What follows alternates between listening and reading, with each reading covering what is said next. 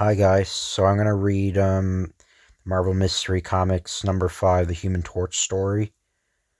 The Human Torch, an incendiary bomb, a bank robbery, and the forest fire combine to test the peculiar ability of that most amazing person, the Human Torch, by Carl Burgos. Yeah, sorry, sometimes I forget to credit the author.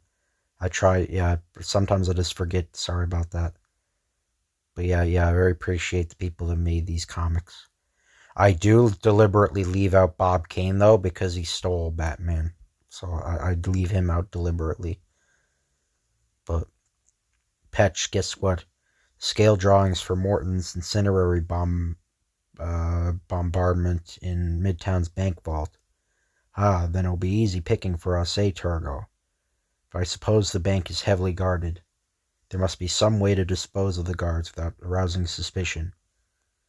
Jumping Pines, I've got it. Spill it. Since Midtown has a voluntary fire department, every man in town belongs to it, even the special police. I begin to see the light. All we've got to do is start a forest fire. Right, so simple, it's perfect. Zowie, look at her go up. Just wait till the wind starts fanning the blaze.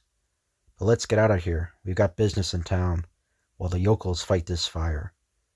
Meanwhile, a forest ranger spots the flames and broadcasts to Midtown for help. And I'll need every available man. Hurry! Instantly from Midtown, a small army of men with picks and shovels makes for the blazing forest.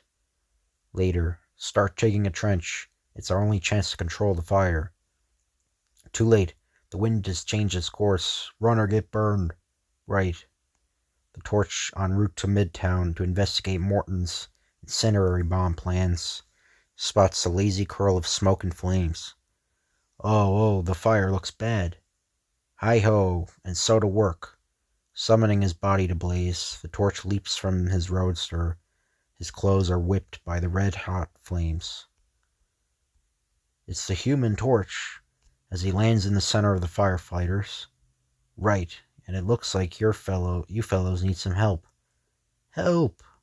Jeepers, that was Thompson's voice. He's trapped.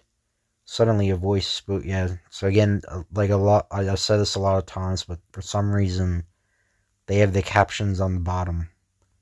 Suddenly a voice booms through the crackling faint flames. I'll save him. Here, give me that wet blanket. Huh? It can't be. The flames, they part when he nears them. Don't forget, the Torch is a master of all flame. Help! Oh! Passed out. But what's that near him? 2 man-made torches, so this fire was started on purpose. I'll get the rats. Later, here comes the Torch with Thompson. Looks like his flame is out. He'll be alright, he just fainted. The bank's been robbed, and the rats locked the depositors in the time vault. The chugging of an old car attracts the Torch. They would have burned to death if it hadn't been for you. Sorry, I can't wait to help any further. I got work to do. The Human Torch quickly puts out the fire. As a huge mountain looms in front of the Torch, he leaps. His lighter-than-air body soars high over the hill and, like a comet, drops into the center of Midtown. And there's the bank. Without wasting time, the Torch melts his way through the wall into the bank proper. Spotting a steel gate before the vault, he hurls a serpentine string of flame that reduces the gate to a molten puddle. Swishing through the wet steel, the Torch hurls himself full force into the vault door. It sizzles, then begins to melt. Inside the airless vault, we've got to have air! Air! Gulp! Look, the door! It's melting! A hole forms, and the air rushes through. Here's your air. Breathe deep. It's hard to believe that such a person exists, but it's true. That's why I'm called the Human Torch. The Torch subdues his flame and carries the trapped persons from the vault. A fitting name. I'm Barton, president of the bank. Torch, the persons who robbed his bank, now have the power to control the destinies of millions. What do you mean? They stole Morton's incendiary bomb plans. Before Morton passed on, he told me that one of his bombs can burn out a complete town. Imagine, Torch, if this bomb is turned against the United States. Cities destroyed in a minute. The dead piled in heaps. It's horrible. Suddenly, an eerie whistle, followed by an ear-splitting explosion, is heard outside.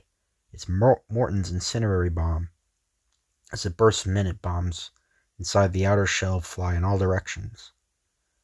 Blazes! They're testing the bomb on our town. All the buildings are on fire. Ha! Here comes some more fire shells. Stand back, Barton. I'm going to stop them. How? The torch turns on his flame and swings his arm upward, while Barton's eyes pop. For every bit of flame shoots into the sky to hang over Midtown like a protective cloud. Ha! Now those oncoming bombs will never reach their goal. It's incredible, but those shells are exploding in midair. That's not all. I can see where those shells are coming from. Well, what are you going to do about it, Torch? Plenty, Barton. It's my guess that whoever is firing on the town is responsible for the forest fire. In a flash, the torch bores through the window and soars into the sky. Well, not far away. Something's wrong, Turgo. The bombs are going off before they touch the ground. Our foreign agent isn't going to like that. Look, a blotch of flame speeding towards us.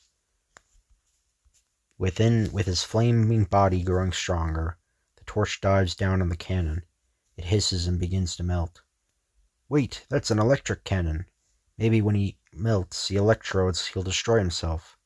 Oh.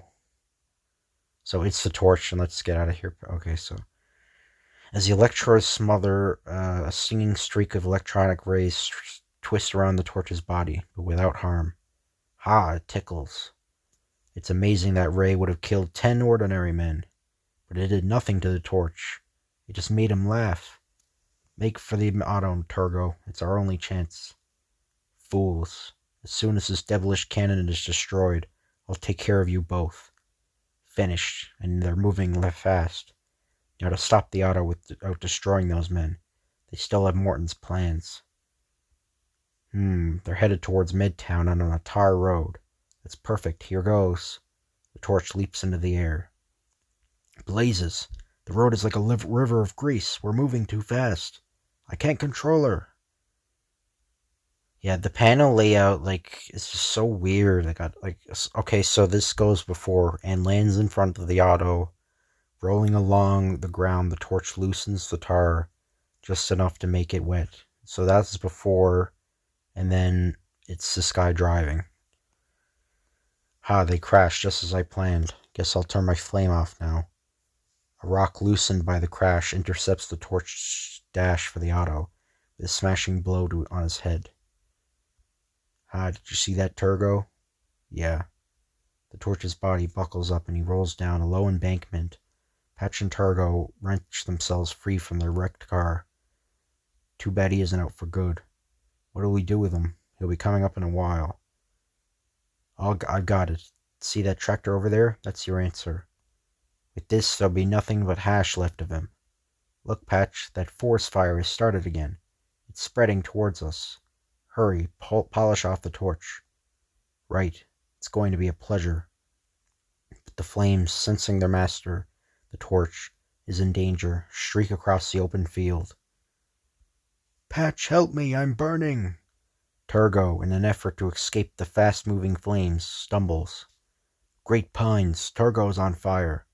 Can't stop to save him. Have to put the torch out of the way. Okay, so does this go? Okay. Patch snaps the gears into high. The tractor shoots forward, but the flames suddenly flash between the vehicle and the torch. What the? If I move in on the torch now, I'll be burned the same as Turgo. The devil with the torch. With Turgo out of the way, I'll make a double fortune on Morton's bomb plans. Eluding the raging flames, Patch climbs onto a rocky cliff. Wow, my head feels like a merry-go-round. What happened? Meanwhile, the torch regains his senses. Blazes! Those men, Morton's plans. What's that burnt thing over there? Ha, it was one of them. But how was he burned? I see. The forest fire. Forget about that. I'll put an end to that. A weird spine-chilling yell echoes at the torch. He cups his hands to his mouth. The forest stops blazing. You. Surprised? Then, spotting Patch high on a mountain, the torch puts on his flame and sails through space. Now you've got me cornered. What do you want? Morton's plans first, then you'll pay the price for starting a forest fire, bombing a town, and, turning off his flame, the torch settles himself along Patch. I'll see you pushing up the Daisy's first torch. Ambitious, eh, Ratch? Patch leaps at the torch, and both men shoot down the cliff. But in midair, the torch laughs as his body begins to blaze. Ouch! You asked for it. Patch loosens his grip and plummets down, with raging flame whipping his body, while the torch somersaults and lands with ease. Torch, I saw the whole thing. Did you get the plans? They were destroyed along with the man who wore a patch. At that moment, Barton appears and the torch subdues his flame. Now there will be no danger of anyone using such devilish bomb against mankind. Later, as the torch prepares to leave Midtown, that forest fire sure was a queer one. After hours of fighting it, we heard a yell and the flames vanish. Mighty queer, yeah. Again, this was queer. Like I don't know. I don't know if that's even. I don't know if that's okay. I mean, it means weird. It doesn't mean gay. So I don't know, but isn't it the truth? Next month, another complete Human Torch picture action story.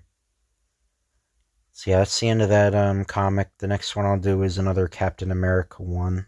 And then I'm actually gonna read the first Fantastic Four, I think, or I'll look to see what's on the list, and then I'll do or I'll probably do Fantastic Four.